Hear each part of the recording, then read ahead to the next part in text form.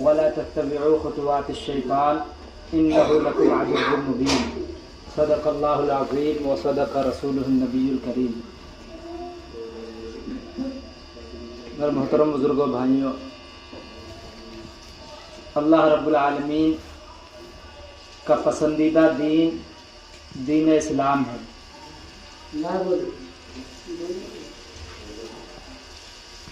اسلام دین اللہ رب العالمین کو پسند ہے۔ اس کے بارے میں قرآن مجید میں فرمایا وَرَضِيتُ لَكُمُ الْإِسْلَامَ دِينًا، کہ میری خواہش ہے اور میں چاہتا ہوں کہ تمہارا دین مذہب اسلام ہونا چاہیے۔ لیکن آج کتنے لوگ ہیں جو آج دین اسلام سے محروم ہیں، اور یہ محرومی بھی وہ نہیں سمجھتے۔ محرومی لوگ سمجھتے ہیں کہ اگر ہمارے پاس پیسہ نہیں ہے تو ہم محروم ہیں، مال نہیں ہے ہم محروم ہیں، اور سواری نہیں ہے تو ہم محروم ہیں۔ اسلام دین ان کے پاس نہیں ہے، لیکن وہ اپنے آپ کو محروم بھی نہیں سمجھتے۔ حالانکہ سب سے بڑی محرومی کی بات تو یہ ہے جس کے پاس دین نہیں ہے، اسلام نہیں ہے، سب سے بڑی محرومی کی بات ہے۔ اس لیے جو شخص اسلام سے محروم ہو گیا، دین سے محروم ہو گیا، پھر وہ ساری رحمتوں سے اور اللہ رب العالمین کے سارے وعدوں سے وہ فائدہ اور نفع نہیں اٹھا سکتا۔ اس لیے کہ اگر اسلام سے محروم ہے، دین سے محروم ہے، تو وہ جنت سے بھی محروم رہے گا، وہ اللہ کی رحمت سے بھی محروم رہے گا، وہ رسول کرم صلی اللہ علیہ وسلم کی شفاعت سے بھی محروم رہے گا، وہ اللہ کے انعام اور اللہ کے وعدے جو مسلمانوں پر ہیں ان سے محروم رہے گا۔ اور یہ سب سے بڑی محرومی ہے۔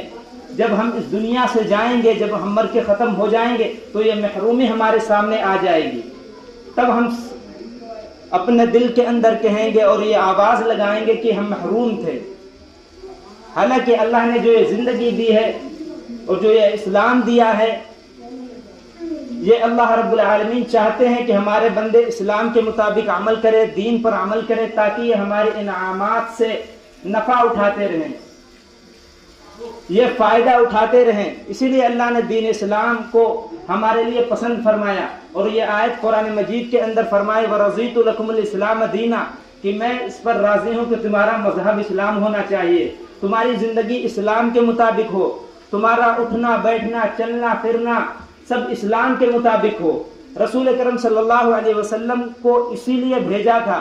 جتنے حضرات صحابہ کرام رضی اللہ عنہ اجمعین نے اپنی جانوں کی قربانی دی ہے، ہمارے بزرگوں نے جو دین کے لیے قربانی دی ہے، وہ صرف اس لیے تھی کہ یہ دین اسلام پر عمل کرنے والے بنے، اللہ کے وعدوں پر یقین کرنے والے بنے۔ اسی لیے ایک اللہ رب العالمین نے نبیوں کا سلسلہ لگ بھگ 1.25 لاکھ انبیاء کرام کو صرف اسی مقصد کے لیے بھیجا، اسی مقصد کے لیے بھیجا کہ بندوں کو سمجھاؤ، انہیں اللہ کا یقین دلاؤ، انہیں اللہ کے بارے میں بتاؤ۔ سارے نبیوں نے محنت کی، کوششیں کی، ان پر بھی حالات آئے۔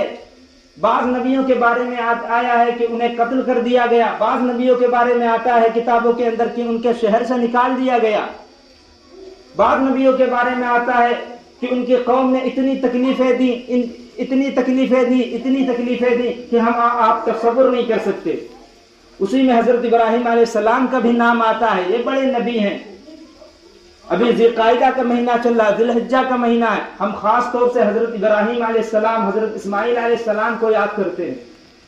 لیکن ان کو یاد کرتے ہیں، ہم ان کی تاریخ بھی پڑھیں کہ حضرت ابراہیم علیہ السلام کون سے نبی تھے۔ حضرت ابراہیم علیہ السلام کا نام قرآن پاک کے 24 سورتوں میں آیا ہے۔ وہ بڑے نبی تھے، اللہ رب العالمین نے انہیں بڑا آزمایا، اللہ رب العالمین کی طرف سے ان پر بڑی آزمائشیں آئی۔ جب وہ پیدا ہوئے ایسے گھر میں پیدا ہوئے جہاں شرک ہوتا تھا، جہاں خرافاتیں ہوتی تھی۔ خود حضرت ابراہیم علیہ السلام کے والد بتوں کو بناتے تھے، بت کے بہت بڑے کاروباری تھے، بتوں کا کاروبار تھا۔ حضرت ابراہیم علیہ السلام کو اللہ رب العالمین نے سب سے پہلے آزمایا کہ اپنے باپ کو اسلام کی دعوت دو، انہیں اللہ کے بارے میں بتاؤ۔ انہیں سمجھاؤ کہ اللہ ایک ہے۔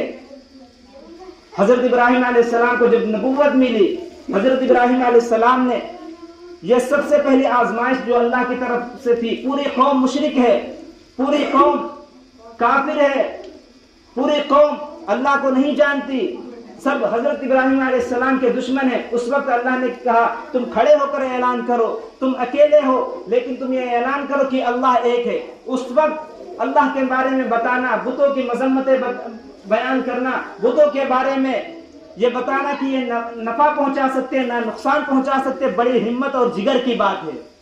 حضرت ابراہیم علیہ السلام نے اپنے والد سے کہا یا ابت لم تعبد ما لا يسمع ولا يبصر ولا يغني عنك شيئا، کہ اے میرے باپ، اے میرے ابا جان، آپ ایسی چیز کی عبادت کیوں کرتے ہیں جو آپ کو نہ نفع پہنچا سکتی ہے نہ نقصان پہنچا سکتی ہے؟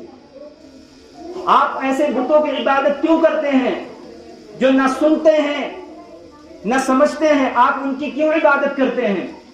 آپ ایک اللہ کی عبادت کریں، آپ ایک اللہ کو رب مانیں تاکہ میں اللہ سے آپ کے بارے میں دعا کروں۔ حضرت ابراہیم علیہ السلام کے والد نے کہا اگر تم نے یہ دعوت بند نہ کی، تم نے ہمارے بتوں کی مذمتیں بیان کرنا نہیں چھوڑی، ہم تمہیں مار ڈالیں گے یا تمہیں گھر سے نکال دیں گے۔ حضرت ابراہیم علیہ السلام کو گھر سے نکال دیا گیا، حضرت ابراہیم علیہ السلام کو گھر سے نکال دیا گیا، تنہا تنہا اکیلے ہیں، لیکن آپ کے دل کے اندر کبھی سستی نہیں آئی، آپ نے کبھی ہمت نہیں ہاری، قوم کو دعوت دینا چاہا، قوم کو دعوت دی اور دعوت کا ایک نیا طریقہ اختیار کیا۔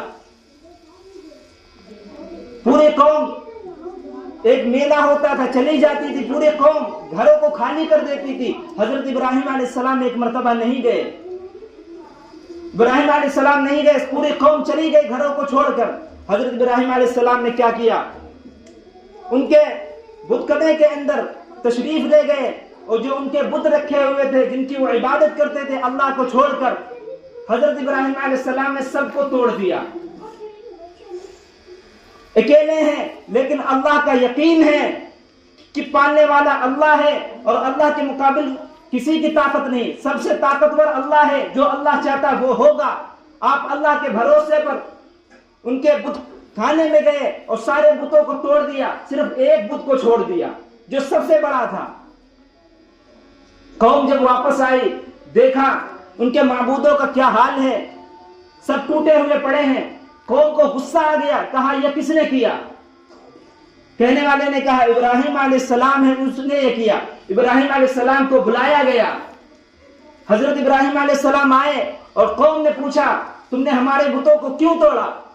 تم نے ہمارے بتوں کو، ہمارے معبودوں کو کیوں توڑا؟ حضرت ابراہیم علیہ السلام نے کہا ہم نے نہیں کیا، یہ جو سب سے بڑا بت ہے اس سے تم جا کے پوچھو، اس نے یہ کیا ہے، سارے بتوں کو اس نے مارا ہے۔ قوم کہنے لگی یہ بت تو کچھ نہیں کر سکتے، یہ تم نے کیا ہے۔ حضرت ابراہیم علیہ السلام نے کیا کہا؟ جب تم خود کہتے ہو یہ کچھ نہیں کر سکتے، یہ نہ نفع پہنچا سکتے ہیں نہ نقصان پہنچا سکتے ہیں، یہ جب کچھ کر نہیں سکتے تم ان کی عبادت کیوں کرتے ہو؟ تم کیوں اللہ کی عبادت نہیں کرتے؟ تم اللہ کے بارے میں کیوں نہیں جانتے؟ میں بتاتا ہوں اللہ پالنے والا ہے، اس کے سوا کوئی معبود نہیں، اسی کی عبادت کرنی چاہیے، حالات کیسے بھی آئیں لیکن اللہ کی عبادت نہیں چھوڑنی چاہیے۔ قوم کو سمجھایا لیکن قوم کو اور غصہ آ گیا۔ قوم کا سردار نمرود نے کیا کیا؟ حضرت ابراہیم علیہ السلام کے لیے آگ جلائی، حضرت ابراہیم علیہ السلام کے لیے آگ جلائی، حضرت ابراہیم علیہ السلام کو آگ کے اندر ڈالا گیا۔ کتنی آزمائشیں آئی دین پر، جب وہ دین کو لے کر کھڑے ہوئے کتنی قربانیاں جھیلنے پڑی۔ حضرت ابراہیم علیہ السلام کو آگ کے اندر ڈال دیا گیا، حضرت ابراہیم علیہ السلام آگ کے اندر رہے، لیکن اللہ نے آگ کو گلے گلزار بنا دیا۔ فرمایا آگ سے قلنا یا نار کونی بردا وسلاما علی ابراہیم، اے آگ ٹھنڈی ہو جائے حضرت ابراہیم علیہ السلام پر سلامتی کے ساتھ۔ لیکن آج اگر ہمارا امتحان لینے کی بات آ جائے، ہم سے کوئی ایسے کہے تو تمہیں آگ میں ڈالیں گے، تمہیں مار دیں گے، ہم سب کچھ چھوڑنے کے لیے آ جاتے ہیں، ہم نمازیں چھوڑ دیتے ہیں، ہم ذکر اذکار چھوڑ دیتے ہیں۔ حضرت ابراہیم علیہ السلام دیکھو آگ کے اندر ہیں لیکن پھر بھی دعوت دے رہے ہیں کہ اللہ کے سوا کوئی معبود نہیں۔ پھر حضرت ابراہیم علیہ السلام کا ایک اور امتحان اللہ نے لیا، کہ جو تمہارا بیٹا ہے اسماعیل جو تمہیں سب سے زیادہ عزیز ہے تم اس کو اللہ کے راہ میں قربان کرو. آدمی سوچتا ہے روح کانپ جاتی ہے. ہمارے تصور میں نہیں ہے کہ اللہ رب العالمین نے حضرت اسماعیل علیہ السلام کی قربانی مانگی. ایک منٹ کے لیے نہیں حضرت ابراہیم علیہ السلام نے نہیں سوچا. حضرت اسماعیل علیہ السلام سے کہنے لگے اللہ نے آپ کو قربانی مانگی, آپ کی قربانی مانگی ہے. حضرت اسماعیل علیہ السلام تیار ہو گئے کہ جو اللہ نے آپ سے کہا ہے آپ کر گزریے. حضرت ابراہیم علیہ السلام بالآخر سارے امتحانوں میں پاس ہو گئے, سارے امتحانوں میں پاس ہو گئے.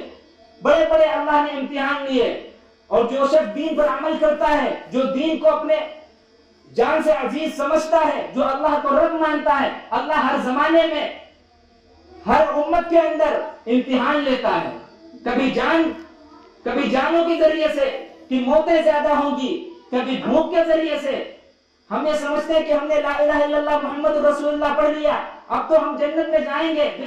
جس طرح یہود و نصارہ کہتے تھے نحن ابناء اللہ واحباؤہ, کہ ہم اللہ کے چہیتے ہیں, ہم اللہ کے بیٹے ہیں, ہمیں اللہ عذاب دے کے کیا کرے گا, اللہ ہمیں کیوں عذاب دے گا, ہم تو نبیوں کی اولاد ہیں. اسی طرح ہم بھی یہ تصور اپنے ذہنوں میں بٹھا چکے ہیں کہ ہم نے لا الہ الا اللہ محمد رسول اللہ پڑھا, ہمیں اللہ عذاب نہیں دیں گے, ہمیں اللہ آزمائے گے نہیں. لیکن اللہ قرآن میں وعدہ کر چکا کہ ہم تمہیں ضرور آزما کے رہیں گے. جو شخص دین پر عمل کرتا ہے اللہ ہر زمانے میں اسے آزماتے ہیں. کتنی آزمائشیں مسلمانوں پر آئی ہیں. فلسطین کے اندر دیکھو, غزہ کے اندر دیکھو, 2 سال ہو گئے برابر کس طرح ان پر بمباری کی جا رہی ہے, کس طرح انہیں میزائلوں سے مارا جا رہا ہے. 1 منٹ کے لیے صبح بھی جنازے اٹھتے ہیں, شام میں بھی جنازے اٹھتے ہیں, لیکن وہ دین اسلام پر عمل کرتے ہیں. وہ ہماری آپ کی طرح نہیں صرف جمعے نماز نہیں پڑھتے, وہ ہماری آپ کی طرح نہیں جو سمجھ میں آتا ہے دین کے مطابق عمل کرتے ہیں. وہ گولیوں کے بوچھار میں, بموں کی برسات میں اللہ کا نام لے رہے ہیں. ہمیں ان سے سیکھنا چاہیے تھا. اللہ قرآن میں وعدہ کر چکے ہیں کہ ہم تمہیں ضرور آزمائیں گے. حضرت ابراہیم علیہ السلام کو اللہ نے آزمایا, اسماعیل علیہ السلام کو اللہ نے آزمایا, حضرت محمد رسول اللہ صلی اللہ علیہ وسلم کو اللہ نے آزمایا. ایسے جنت نہیں ملا کرتی. احسب الناس ان یترکوا ان یقولوا آمنا وهم لا یفتنون. کیا تم سمجھتے ہو کہ اللہ رب العالمین تمہیں اتنا کہنے پر چھوڑ دیں گے؟ تم اللہ رب العالمین سے کہہ دو گے کہ ہم نے لا الہ الا اللہ محمد رسول اللہ پڑھا, تم کہہ دو گے اللہ رب العالمین سے ہم مسلمان تھے, اور مسلمانوں کی کوئی پہچان ہمارے اندر نہیں پائی جاتی, اور اللہ تمہیں چھوڑ دیں گے. اللہ وعدہ کر چکا ہے لنبلونکم, کہ ہم تمہیں ضرور آزمائیں گے. اللہ ضرور ہمیں آزمائیں گے. ہمیں کیا کرنا چاہیے, ہمیں دین پر عمل کرنا چاہیے. حالات کیسے بھی آئے لیکن ہم اپنی مسجد سے, اپنے علماء سے دور نہیں ہٹنا چاہیے. ان سے رشتہ اپنے جوڑنا چاہیے, ان سے رشتہ توڑنا نہیں چاہیے. اس لیے ہم ارادہ کریں, نیت کریں, کوشش کریں, ہم دین اسلام سے اپنے رشتے کو مضبوط کریں گے. اور اللہ رب العالمین کی طرف سے جو آزمائش آئے ہم تب بھی دین پر عمل کریں گے. ہم ہر حال میں دین پر عمل کریں گے. ہم مگر یہ ارادہ کر لیں عنقریب اللہ رب العالمین جب ہماری موت آئے گا ہمیں دین اسلام پر اٹھائے گا, ورنہ کوئی گارنٹی نہیں ہے, کوئی گارنٹی نہیں. جس حال میں آدمی انسان جیتا ہے, جس حال میں آدمی دنیا کے اندر زندگی گزارتا ہے اسی حالت میں مرتا ہے. اگر ہماری نیت بھی نہیں ہوگی, ہم ایسے غفلت میں پڑے رہیں, ہم سستی میں پڑے رہیں, ہم لاپرواہی میں پڑے رہیں, ہم غفلت والی زندگی گزارتے رہیں, جس حال میں ہم زندگی گزاریں گے اسی حال میں ہماری موت آئے گی, اسی حال میں ہم دنیا سے جائیں گے. اس لیے ہم کوشش کریں, نیت کریں, انشاءاللہ ہم دین اسلام کے مطابق عمل کریں گے اور دین کے لیے قربانی بھی دیں گے. اللہ رب العالمین ہم سب کرنے سننے زیادہ عمل کی توفیق عطا فرمائے. اللہ